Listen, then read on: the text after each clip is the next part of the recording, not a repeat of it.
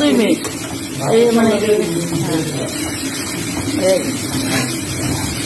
বন্ধুরা, বাঁধাকপি মানেই হলো তোমার বেশি বেশি ভাজতে হবে, অনেকক্ষণ ভাজতে হবে। এবং বাঁধাকপি হতে কিন্তু একটা তরকারি হতে যা টাইম লাগে তার ডাবল টাইম লাগে। খালি ভাজতে হয়, একটু পর পর উঠে উঠে ভাজতে হয়।